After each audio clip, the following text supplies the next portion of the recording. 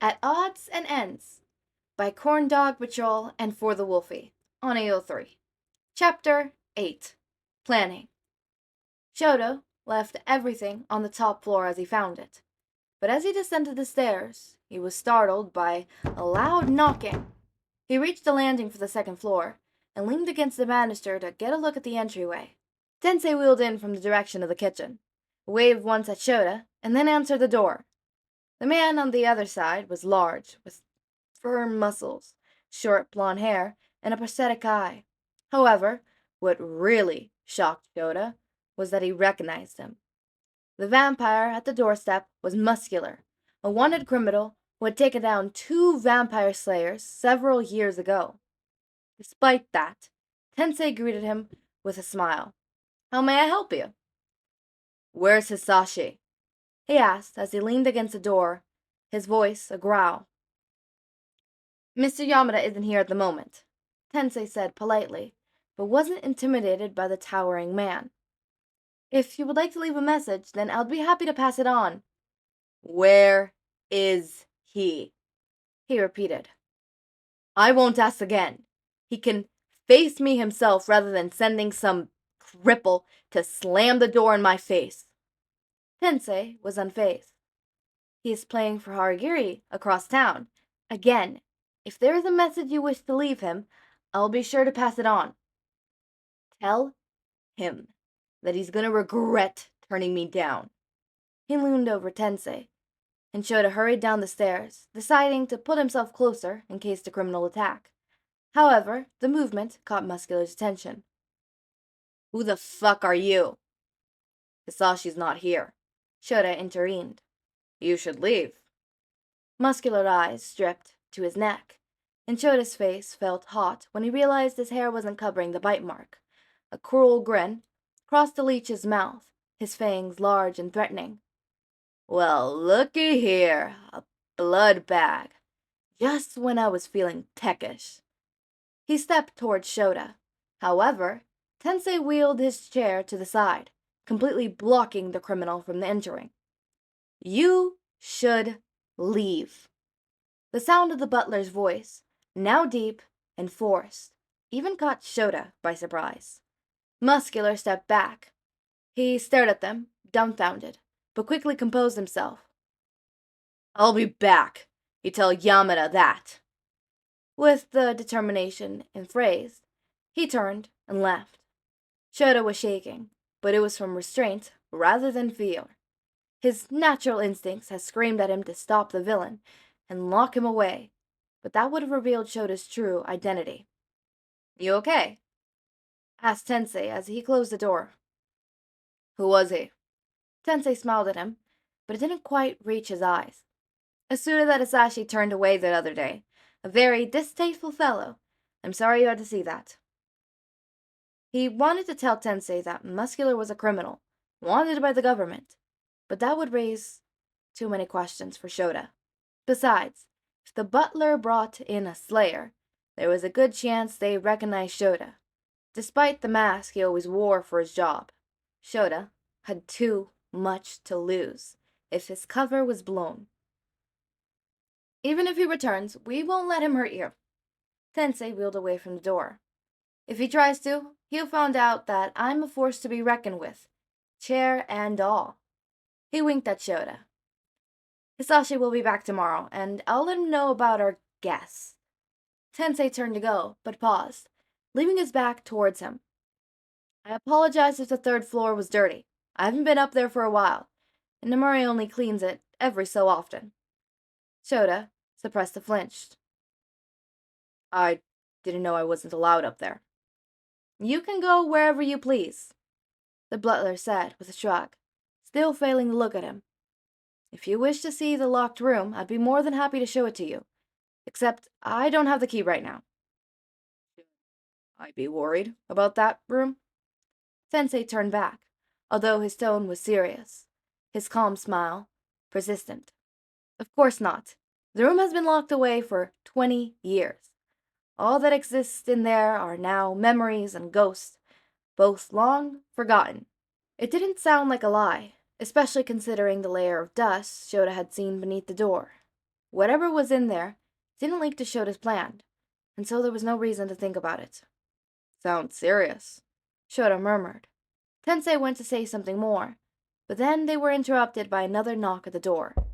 They might have been annoyed about Muscular returning so soon, except the knock was noticeably different than the one before. Tensei wheeled around and answered it, brightening immediately at the sight of the new guest. Hakamada, he said happily, pulling the door open to invite the tailor in. The clothes are complete already. Just a few to start, said Hakamada as he entered, carrying an extra bag beside him. Shouta stared at him reproachfully, half expecting Best Jeanist to reveal the Slayer's identity right there and then, but instead, the tailor offered him the extra bag. Try these on. I wish to check how the size looks on you before I make more. He took it and stood there like a deer in headlights, until Tensei waved to the nearest living room. Hakamada will wait in there. Feel free to try them in your bedroom, Shouta. I'll make us some tea and bring out some stones I made this morning. Shouta nodded and beelined for his room, carrying the bag at his side. It was heavy for just a few clothes, and when he finally was alone, he opened it and emptied the contents on his bed. At the center of the nice new clothes was a silver dagger, wrapped in a sweet-smelling cloth. It was the standard sort that the government provided to every slayer. Eraserhead had been trained with one exactly like it. Attached was a note. You have a good record. Don't ruin it. So, Best Jeanist was really going to trust him. Shouta glanced around the room for a place to hide the weapon, where it wouldn't be found by the cleaning staff. Under the mattress was too high risk, since Nemuri made the bed for him daily. Even when he made it, she still fixed it up to her liking. He chewed the note up, and once it was nothing than a ball of mush, he spat it off the balcony. As he did so, Shouta looked out at the lake, with an angel figure holding the basket. Now that would be an excellent place to hide it, although very inconvenient. For now, Shouta settled for pulling out the bottom drawer of the dresser and hiding it in the panel beneath, before sliding the drawer back in place. It would be safe there until it was of use. The scented cloth it was wrapped in would keep the silver undetected by the vampire nose. Once it was hidden, Shouta turned his attention to the clothes on the bed, and he had a better chance to examine them. Tensei had spread no issue in his selection, and Best Jeanist was as skilled as the price tag expected. He picked the first outfit, which consisted of black trousers, round shoes, a new blouse with additional frills, a black puff tie, a red vest, and 2 coats, one black and one gray. Best Jeanist knew his preferred colors. When Shouta finished dressing, he barely recognized the body in the mirror. The outfit even hid the scar on his neck from the leech's bite, when he wore the tie correctly, which was appreciated. Certainly, it had been a long time since he'd worn something so elegant. The rest of him felt inferior, his thick stubble, his unruly hair, and his tired eyes. But he did nothing to fix them as he headed down to show Tensei and Hakamada. When he arrived, the door was slightly ajar, and he heard voices coming from inside. Shouta neared, as silently as possible, as he leaned against the wall where he couldn't be seen through the gap. Hakamada and Tensei continued the talk without noticing him. Has he been acclimatizing well? Asked Best Jeanist. A few hiccups, Tensei said calmly, and there was a gentle clatter of plates being set down. Hizashi feels guilty for biting him so soon, so he swore off drinking from him. It seems very out of character for him to invest in a donor, especially considering what happened. Shota's interest piqued. The clanking momentarily paused. He recalculated the numbers. Tensei said cryptically. He realized there should have been 6 instead of just 5. Another dead? No, Tensei said, and the sound of plates began to resume. A survivor. I see. Nothing hinted that Hakamada had revealed the Slayer's true identity, although he had no clue what the two were discussing. Should we go check on him? He's been taking a while. That was Shota's cue to enter the room, catching the attention of both vampires. Hakamata immediately went to his side and fixed up his clothes, ensuring everything was buttoned and proper. "The fit is good?" Best Jeanist asked as he took a step back. "Stretch your arms."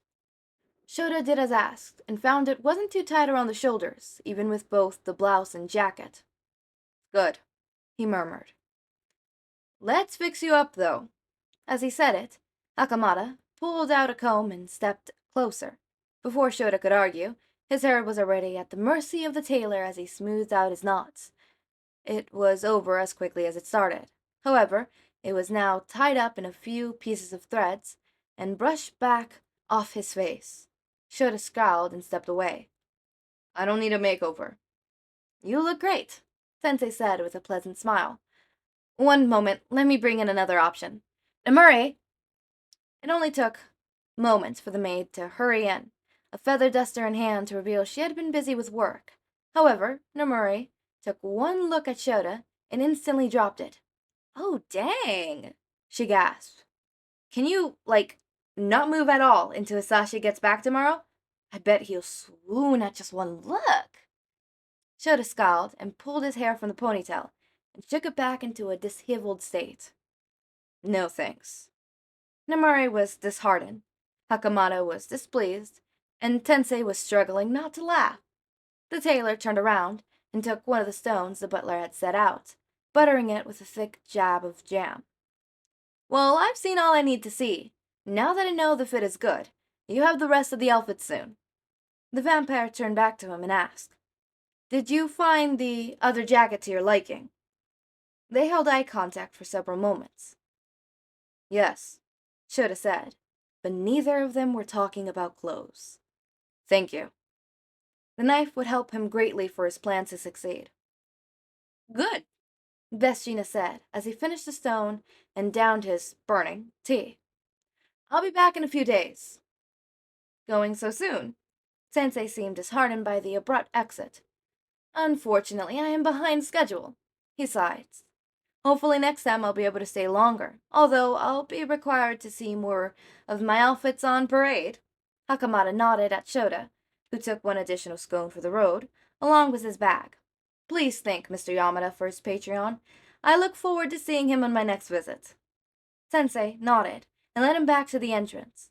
While Shouta couldn't resist a good stone with jam, especially considering the low chances it was poison, Namuri watched him, a wide grin on her face, bright with a buzz of annoyance. "What?" "So, what do you think about Hizashi?" she asked, her grin never leaving as she took to dusting the room. Shouta immediately wanted to list off everything he really thought about the leech. Hizashi was weird and paradoxical, and was too obvious in his efforts to earn Shota's unachievable trust. He desperately wanted the Slayer to like him, but Shouta had never met a vamp he actually did like. However, he needed to get on Hizashi's good side, whether he liked him or not, and Amuri was another pair of ears. The closest Hizashi could come to complaining was a quiet murmur of, "He's fine." Despite everything else, maybe it wasn't an outright lie. If he had been a human, Shota's opinion would have been drastically different. However, something felt off. There were too many mysteries forming around the leech. The locked room, the large mayor, the small staff, and now apparently sympathetically for donors to the point where he refused to drink, despite their contract. Hisashi was too nice, and that in itself raised suspicion in the Slayer. Something was terribly wrong here, but he had no idea what it was. "What about him do you think is fine?" Nemuri asked, prodding the point. Nothing should have been his immediately response, but Shouta instead said, "His eyes." After he said it, he paused. Why had he said that? "His eyes," she repeated, her charismatic grin widened. "He's pretty handsome, isn't he? He's very popular for his looks." "He isn't handsome," Shouta dismissed. But that was more of a lie than calling Hisashi fine, even if he did remind him of a cartoon villain. If you insist. But what else about him is fine? Desperate to spare himself from thinking about the vampire's handsome face, he instead said, his violin. He's skilled. That's the last of it. For a moment, Shouta recalled the sight of Hisashi playing the devil's trill in the gazebo, surrounded by flowers, while he was swept up in the song. Even calling him skilled was an understatement. Nomori laughed. I'm sure you'll find more of him to like with time. She swiped the last stone from the plate and smushed it in the remaining jam. He'll be back in the morning, so you can stop moping so much. Moping? He did his best to look offended, which only earned him another laugh. You look great, by the way, she said with a wink. All dressed up, but nowhere to go. He said nothing, and Nomori finished both the stone and her dusting, just as Tensei wheeled back in. The butler glanced at the empty plate, clearly disappointed he missed out on one, but he waved the tea. Would you like a cup? No, thank you, Shouta said, as he fixed up his shirt. Well, Hisashi should be back tomorrow, Tensei said as he poured a cup for himself. You'll get used to him ducking away for a day or two. Does he get invited to many gatherings? Shouta asked the question, as if it was an afterthought, and hid how interested he was in the answer. All the time, Tensei confirmed. Quite recently, he was nominated as one of the most desirable bachelors in high vampire society. He's still getting used to the fame. Typically, he was only ever asked to events to perform, but nowadays he's expected to be both a performer and a guest. So for Haiji's 2-day party, Hisashi will be performing the first day, but will insist to remain as an attendant for the second. He was only recently nominated as a bachelor. He's rich, 30, handsome, talented, from a noble bloodline, and single. Tensei shrugged. High society can be quite fickle and unexpected with their favor of the month, but he's hoping it will die down soon. For now, he's trying his best to enjoy the spotlight. He doesn't enjoy it. There was an actual question Shouta wanted to ask, but he had to lead it that way. He loves it. However, when that spotlight is shined by those only after status, power, and money, it's a different story. Tensei slipped his teeth, momentarily lost in thought. He'll be happier once the spotlight is dimmer and focused on everything he is, rather than everything he has. You speak as if you've seen this firsthand, Shouta said, narrowing in gradually on what he wanted to ask. Does he typically bring you to parties? Of course not. Only Kananobu will go with him, as his bodyguard and driver, respectfully. However, I have to deal with plenty of suitors who arrive at the door. Not all are similar to muscular, as you saw before, but that doesn't mean they're admirable. Bingo. Shouta could finally ask the question he wanted. Would I be expected to attend? At the question, Tensei laughed. Well, some vampires do drag their donors along as a status symbol. Hisashi would never be self-righteous enough. It's obvious you don't like our kind, Shouta. Hisashi has more sense than to force you to play pet in a room full of vampires. It wasn't the answer Shouta wanted to hear. Of all the vampires, how had he managed to end up with the one that was apparently considerate? I don't hate vampires. He lied through his teeth. Tensei and Amori shake the look. Are you saying you would like to attend something? The maid asked. Forget I mentioned it. However, before he left, Nomori sighed. I mean, he might invite him on one condition, she said, more to Tensei than Shouta. The butler didn't seem to catch on, but it caught Shota's attention. Well, Hisashi is super sick of all those suitors. If Hisashi and Shouta fell in love, then maybe they could go to that upcoming ball and dance together, That would show everyone that Hisashi's taken and not interested in anyone else. Shouta snarled, but Tensei nodded. Ah, you're right. That is definitely a possibility. Rather than answering them, Shouta finally left, heading back to his room. However, his mind was caught up in Nomuri's words. So far, his plan was going abysmally, with everyone already noticing his true feeling towards vamps. His options were dwindling, and his time was ticking. Shouta paused at the sight of himself in a long mirror. He looked a completely different person in the carefully tailored clothes. He tested pulling his hair up in the way Hakamada did, but to him, there was little difference. His options were running low. Maybe Shouta didn't consider himself handsome, but Nomuri had once referred to him as Hisashi's type. Fine. For the sake of his plan, it was time to throw the last of his dignity to the dogs. Shouta would have to court a leech. Alright, so we started off interesting with, Shouta going into the 3rd floor. I know what there is to do about the 3rd floor. And oh my god. I'm seeing all the groundworks this author, right, for the Wolfie put for this. You're not asleep. I'm touching your tail. You ain't asleep. You're alive. Not alive, but yes, Storm is alive. Oh my god. I meant to say you're awake. God damn. Okay. But as I was saying about the fanfic, I can see all the groundwork that For the Wolfie has set up. Like, for example, I think in the first read, I didn't really notice the fact that Shouta is starting to look at Hisashi a little in less of the light of, like, a horrible being and more of a, like, for example, his last thought of, like, why did I have to get a considerate leech? He's starting to, like, accept the fact that, hey, maybe Hisashi actually is nice. But he isn't really trusting that niceness, which, understandable in his type of profession and stuff. But at the same time, it's like, my dude, chill. You're literally categorizing every vampire in the same category. Like, stop. I understand your trauma, but you need to stop.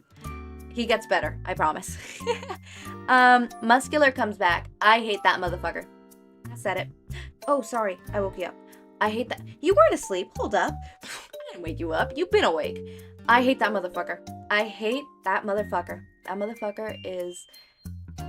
He's annoying. He's annoying. And I bet to you... I'm not gonna say that. Never mind. The silver knife. Obviously, in the picture, you see it. It's in the thumbnail. He gets a silver knife from Best Jeanist. I hate Best Jeanist's name. If I have to say his name one more damn time.